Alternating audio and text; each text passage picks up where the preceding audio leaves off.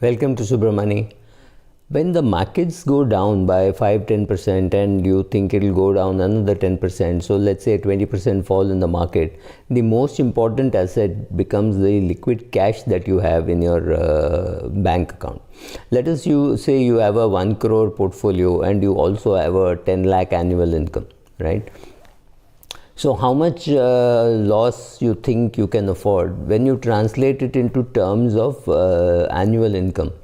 Suppose it is 10 lakhs is your annual income, so 20 lakhs when you lose, you're lost 2 years gross income, which could actually mean about 4 years net income after tax, or it could even mean about 5-6 years of the saving that you do every year. Let's say you save 2 lakhs every year, it means and if you lost 10 lakhs, it means you have lost 5 years income, and if you lost 20, obviously it is 10 years income.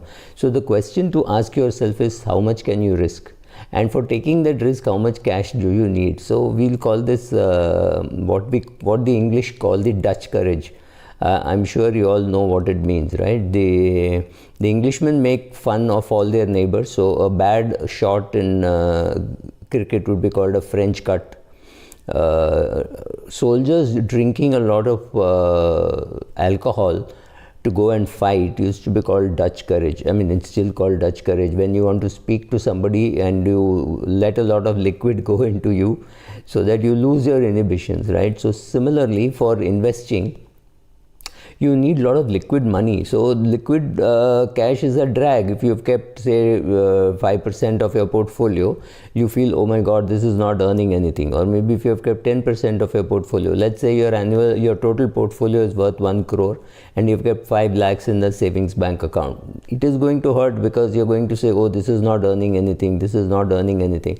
But the day the market falls 20% or 10% and you're willing to buy, that cash is going to be very useful. So even if it happens once or twice in a year, you realize that the cost of opportunity, or the opportunity which you could encash, far outweighs the loss or a technical loss that you made by keeping the money in the savings bank account. So it's not trying to time the market, but it is trying to keep some dry gunpowder just in case an opportunity arises. So therefore you should keep liquid cash. Yes, it will hurt you for a very long period of time. I mean, let's say you had kept this cash in 2018 or 2019, so 2019, 20 and almost end of 21, you didn't use it, or maybe you used it in March 2020, but after that you have not used it, but you still accumulated and you had 5 lakhs of cash and it was not doing anything. But now could be your opportunity to be buying. Is it a buy on dips market? I don't know, but there are some people who are saying it's a buy on dips market and some people who are selling sell on rise market. So I don't know, I'm not getting into it. I have personally identified a few shares which I am going to buy. I have the cash. I have earmarked those shares. I have earmarked the prices at which I am willing to buy, and I am sitting on cash waiting for the prices to move there. It's a game which I am willing to play, saying, okay, I have some of these shares I don't mind buying more, but I will buy only at this particular price. I'm not in a hurry to build a portfolio. I already have a portfolio. So just looking for some opportunities of shares which are likely to fall further from where it is today. So I'm in no hurry to buy. I'll wait. And the only person who can do the job of cash is cash, right? Nobody else can do the work which cash can do. So if you have a great opportunity, you think, let's say Thomas Cook is worth buying at 50 rupees, and you want to buy, say, 10,000 shares, which means you need 5 lakhs of rupees. You have to have 5 lakhs of rupees, right? You cannot wish that you had sold Thomas Cook at 80 rupees and kept the cash and therefore use the same cash to buy. That's not going to happen. If your money is going to get merged, but you need to have some cash, maybe 5 to 10% of your portfolio, especially in a top market, because when the markets are high, then you feel that maybe it will come down and I will get a chance to buy it. So whether it is a pandemic, whether it is some financial fraud, anything could be the reason because of which the market falls. Could be a political problem. If something happens to the health of some senior cabinet members, all that could also have an impact on the market, right? So from where the opportunity comes, we don't know. The only way to react to an opportunity is to have, if you have cash, to be able to buy it, and for that you need a list of shares which you want to buy at the price at which you want to buy, right? So I want to buy a particular share at a particular price. I will wait because there is nothing else I can do, because I do not know next 2-3 days how the market is going to be. But I'll wait. If the market offers itself and offers me an opportunity by the market coming down, great, I'll buy, or I will not buy. It is not necessary that I have to buy because the markets are down. But in case the markets are down and you wish to buy, you need to have cash. And cash equivalents, you could keep it in liquid fund, you could keep it in a bank fixed deposit, you could keep it in ultra short bond fund. You could just literally have parked it somewhere where you know that you will be able to sell and you will be able to realize the money, sell or redeem or whatever, and be able to get the money as soon as possible for you to use it during a market fall.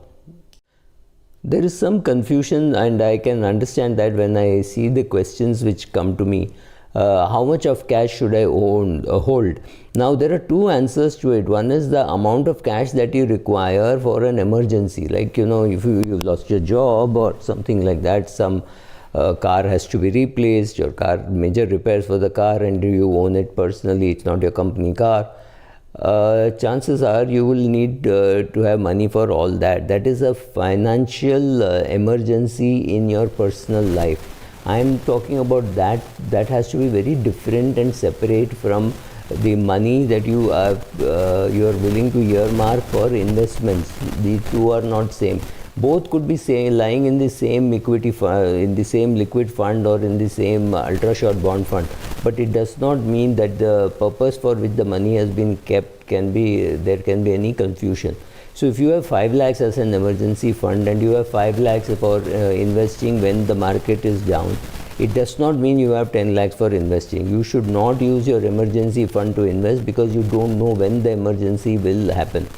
Right, so let's say you need 5 lakh for this, and 5 lakh, you could have 10 lakhs in the liquid fund, but then you know what each 5 lakhs is meant for.